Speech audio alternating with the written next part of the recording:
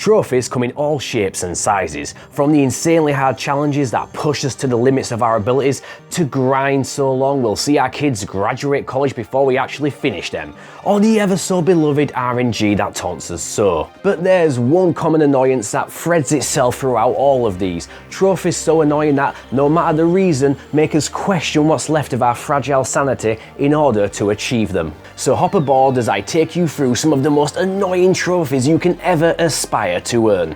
Now we're kicking things off with one of the prime examples that springs to my mind when I think of the pure livid frustration we tackle with trophies, and it's none other than the uber fast-paced shooter Vanquish. This 9 out of 10 over-the-top GM filled with cheesy dialogue may seem to have several intimidating trophies, like completing the game on the hardest difficulty or not dying during a single playthrough, but hard mode is more forgiving than you'd think, and you can practically stack both of these in one go, as dying itself doesn't void the latter trophy. Simply not clicking on continue and resuming from your checkpoint eliminates the entire challenge of said trophy. So where's the difficulty, you may ask? Well, it's all down to one single level within the challenge mode, the infamous 6 challenge. You'll be forgiven if you think the challenges are overhyped as you breeze your way through them, but once you hit that final level, it all becomes clear. You'll not only need to master your strategy, movement, and which weapons to use alongside pin-sharp reflexes to handle the medley, but also pray the RNG gods are forgiving enough to not brutalize you on the final stage against the 2 bogey bosses, as their actions alone will determine if you earn this platinum or die trying. No! No! Fuck off, you fucking... Fuck off! No! Why did God just start around like that? But Vanquish isn't the only Platinum Games title on this list, as they're back with the Metal Gear shoot-off Rising Revengeance, as we rejoin the badass cyborg Raiden in slicing down a ton of enemies and Metal Gears like he's playing Fruit Ninja on his lunch break. There's a bunch of juicy ultra rare trophies on this list, but the hardest and most annoying has to be Stormbringer for completing the story on Revengeance difficulty whilst achieving an S rank in every single ranked fight. This requires a ton of practice, skill, and a whole lot of fails, with your battle scores focused around high combos, kill count, Zandatsus, and of course time, which determine how much battle points are earned. You can boost this score by avoiding damage altogether, which is especially recommended for the boss fights to ensure the S ranks. The saving grace is that you can use some special wigs without penalty, but they don't make this 9 out of 10 any easier. But if you prefer a different type of adrenaline, a more slower paced but still spicy challenge, Dead Space 2 has you covered as we rejoin Isaac on the Sprawl. There's a bunch of run-of-the-mill trophies, but the true frustration here is hard to the core for completing the game on hardcore mode, where there's no checkpoints, only 3 available saves throughout the entire game, which means you have to make sure you save strategically. Even then, all it takes is one surprise or mistake and you will potentially lose hours upon hours of hard-earned progress in this more survival-based setting, where you'll need to carefully manage your supplies, weapons, and node upgrades, because this is certainly not for the faint of heart to tackle this 9 out of 10 beast. Now, even though GTA 5 kinda glamorized setting up epic cinematic heists, it does not compare to the high-stakes world of Payday 2, where you don the masks of hardened criminal masterminds and optimize your loadouts to pull off the biggest scores in this immersive but brutal co-op experience. The true platinum blocker for this stressful outing is Overkill Salutes You, which requires you to complete every contract on the Death Wish difficulty.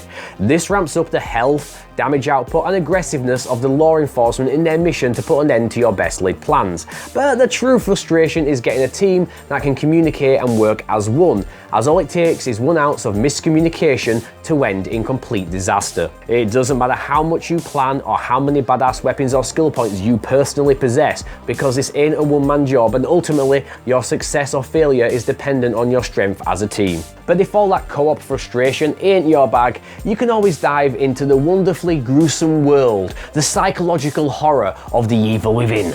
Not only do you have to speedrun through this horrific experience in under 5 hours, but you've also got to complete the game without upgrading any skills with the green gel, which is a challenge in its own right, as the game can be brutally difficult without Sebastian's valuable upgrades, especially if you stack this with the Survivor trophy as most people do. But the true infuriatingly infamous challenge is Akumu.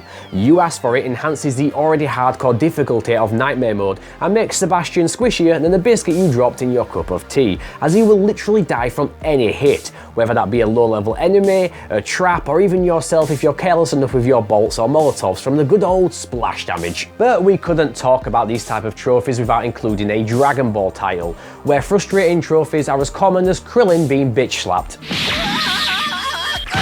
There's two of note in Fighter Z, and it's hard to say which is the worst of them, with my power level is 530,000 requiring you to earn just that amount of battle points online in world matches. This is a hard one because you lose battle points with successive losses, so it's much easier to boost this unless you want to deal with the hardcore sweats online. Although Set for Life is the true nightmare here, requiring you to earn a mammoth 20 million zenny for this horrible gold shiny. You earn zenny from practically everything, but your best bet is to grind out hard missions in story mode for 50 hours or more if you're lucky, with your level 100 characters until you pass the finish line. Talk about fun. But if it's fun you want, how about a workout that will leave your poor wrist more shattered than the case of Wanker's whiplash after a long night on the hub? We're talking about the mega hit Beat Saber. What feels like a fusion of Guitar Hero and Living Your Best Youngling Slayer 9000 Dreams as you slice boxes to the rhythm of the addictive original and DLC soundtracks, this is a title that's a joy to play with a painful trophy list to match the demands on your body. You've got a few grinds, such as achieving a total score of 100 million points and spending an in-song playtime of 24 hours. But the killjoy here is flawless, the bane of my existence, which requires a godly feat of earning an SS rank on any expert level without modifiers.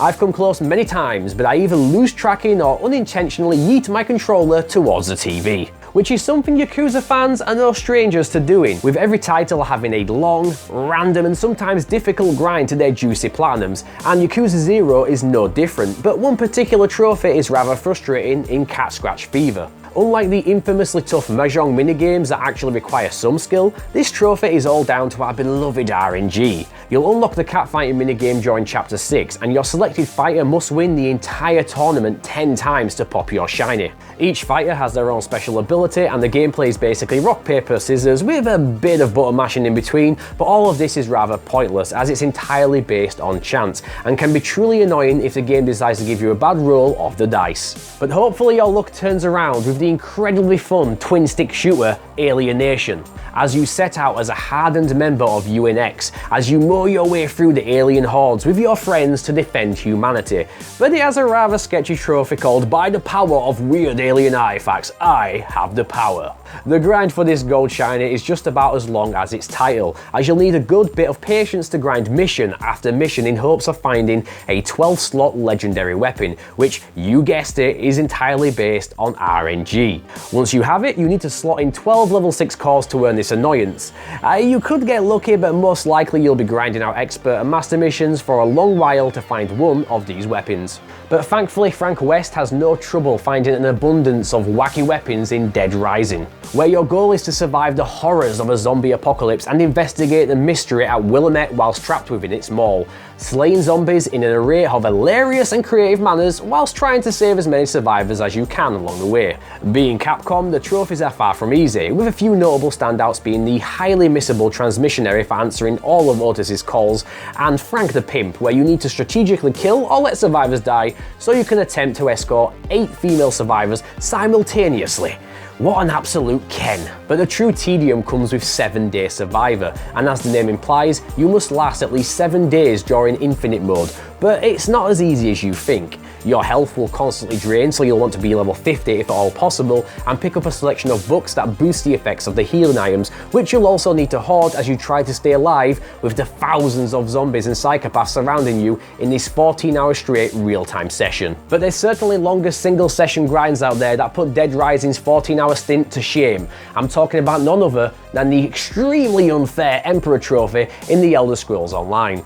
To earn this, you must take part in the online campaigns via the Alliance War battlefield and earn the most points to be titled the Emperor.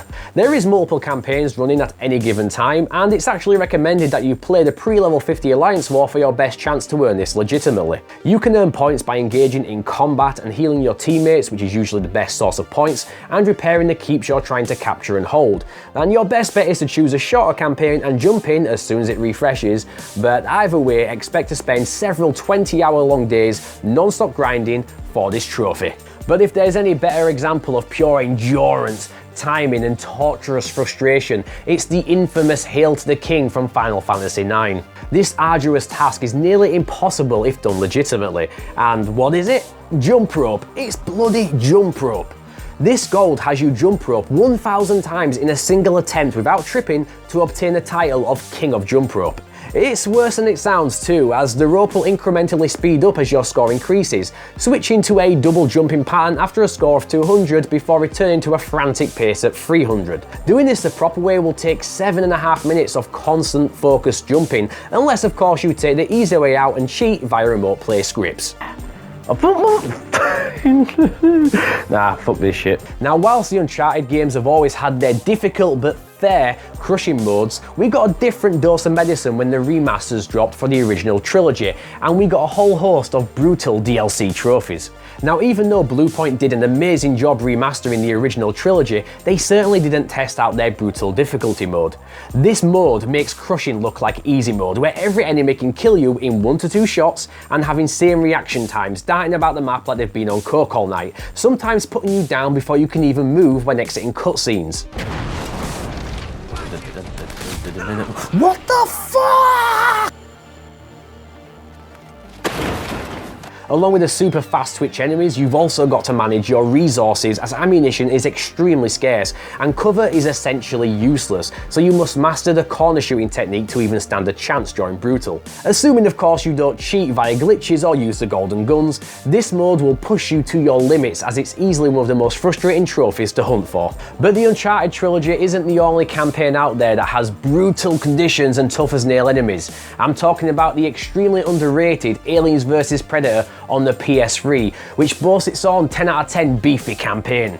It's an entry that's quite unique in that it allows you to play from each side's perspective, as you stalk your prey as a xenomorph, hunt your kill trophies as a predator, or rip through both of those iconic species with your pulse rifle as a marine, unless of course they get to you first. But no matter how great this entry is, there's plenty of headaches within the trophy list, with a decent amount of multiplayer related trophies that will require a solid boosting group due to the anciently dead servers to grind out the 18,000 XP that is required. But that's not what makes this 10 out of 10 game a nightmare, because that is nightmare itself, quite literally. You must complete each of the 3 campaigns on this difficulty, which is essentially a soft permadeath, as there's no checkpoints within these missions, so one slip up will push you back to the start of each level. And whilst all of these are a pain to deal with, I love the core for clocking the Marine campaign is without a doubt the hardest and most annoying obstacle you'll face during this hunt. But AVP wasn't the only time the Aliens franchise has been super frustrating, with the thrilling top-down real-time strategy, Aliens Dark Descent having its own fair share of troubles. You have to push through the hardest difficulties of the game, find all the collectibles and clear the XCOM style Iron Man mode, just to name a few. But the risky runs on Nightmare are nowhere near as annoying as chalk it up to experience. For this bronze, you'll need to possess a Marine who has 2 prosthetic limbs at the same time. Now, this may sound easy, but the only way to get a prosthetic is by having a xenomorph almost kill and maim your Marine before you then have to extract them safely. Even if your Marine survives a maiming, there's no guarantee they'll need a limb removed. So all you can do is keep reloading your save, sending them back in, and pray to RNGesus that one of your Marines ends up as legless as Platinum Bro after a Newcastle loss. I'm gonna cry.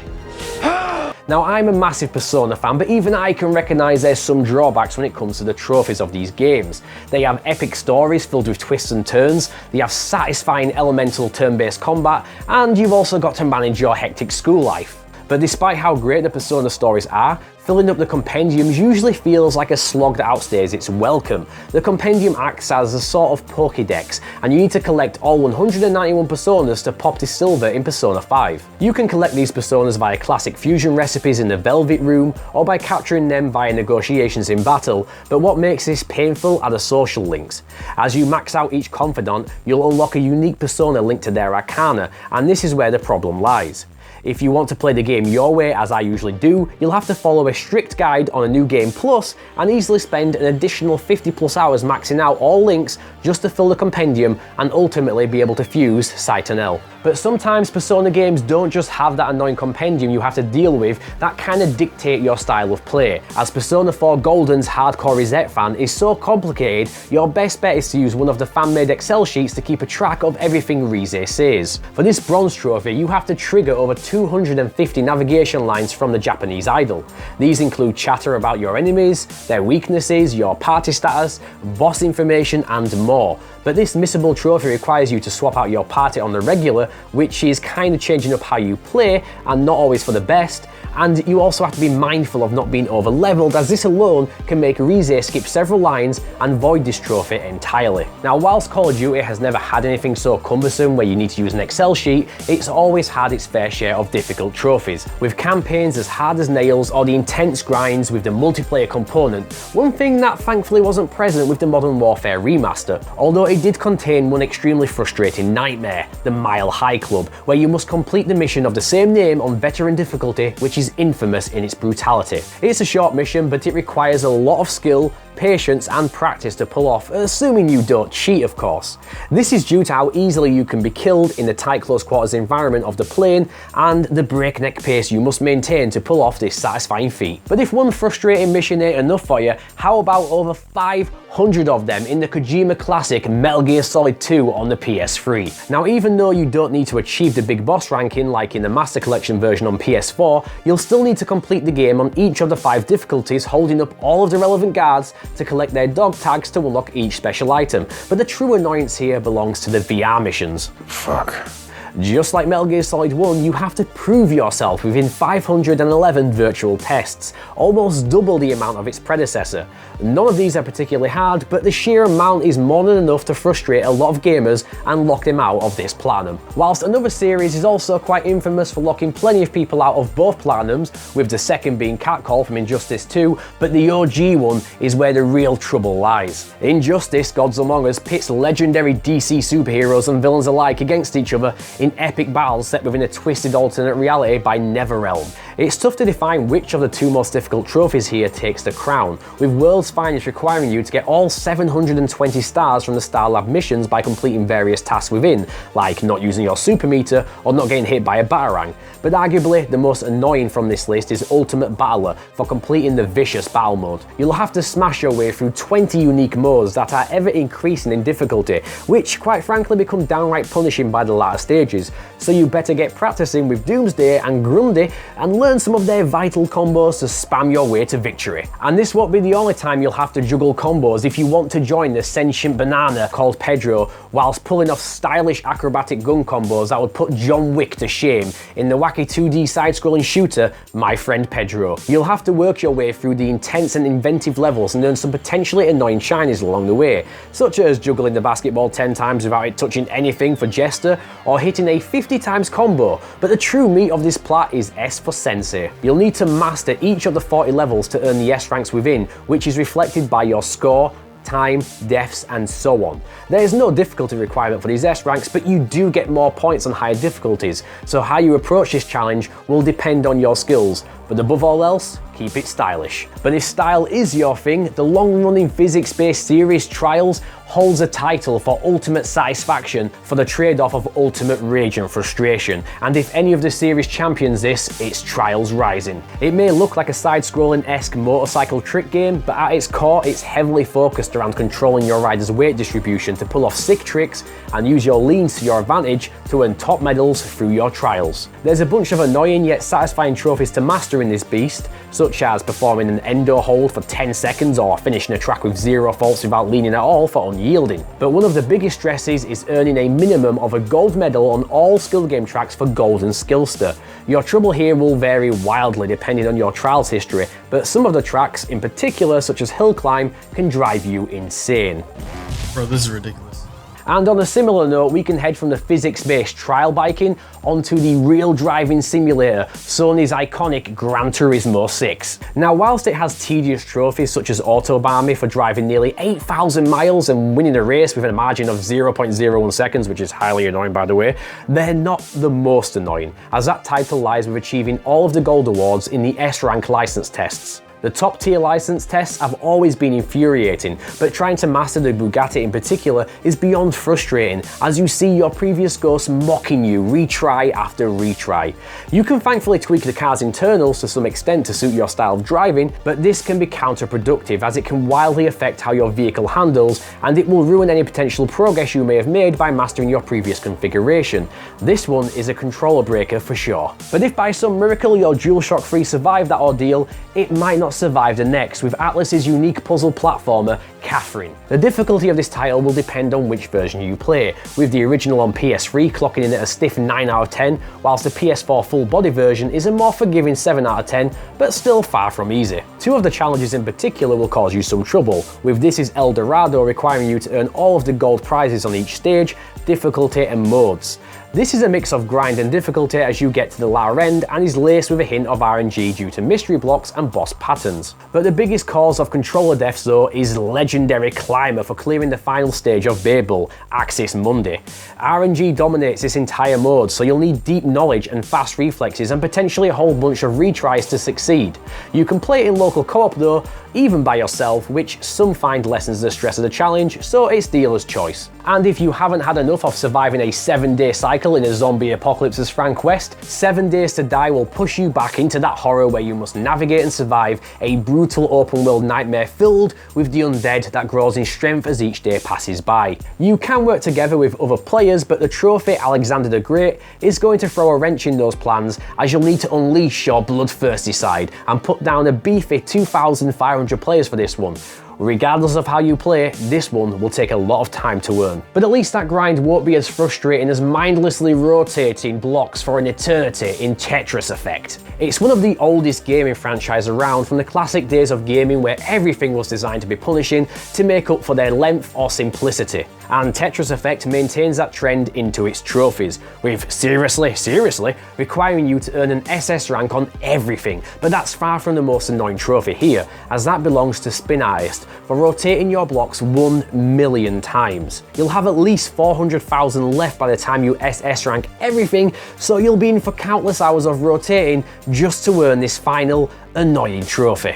Now, we all know about the highly frustrating crown system from Capcom's hit fantasy series Monster Hunter World, with the infuriating RNG that can make this game last 100 hours to potentially upwards of 600 hours if you're extremely unlucky when it comes to securing those sought after goldies. But this time we're talking about the other lesser known frustrations, those damned little creatures that not only require extreme luck and scouting to even encounter on any given map, but to also have the ability to capture with your net. A few of these, like Bristles for All and Snuggles for All, are extremely RNG dependent with their spawns alone, and if any monster disrupts them, well, you're shit out of luck, throwing a potential lucky spawn right down the drain. And if your luck is as bad as Monster Hunter, Japan Studios' Knack will certainly make that window look a whole lot more appetizing. This is a fun but average action adventure game where you control a creature of the same name with his unique ability to transform and grow by using the environment around him. This same ability makes for one extremely frustrating RNG infused grind with Crystal Relic Master. For this silver, you'll need to unlock all of the upgraded forms for Knack by farming materials at random from chests throughout the chapters. And it's Knack's diamond form which really causes a problem,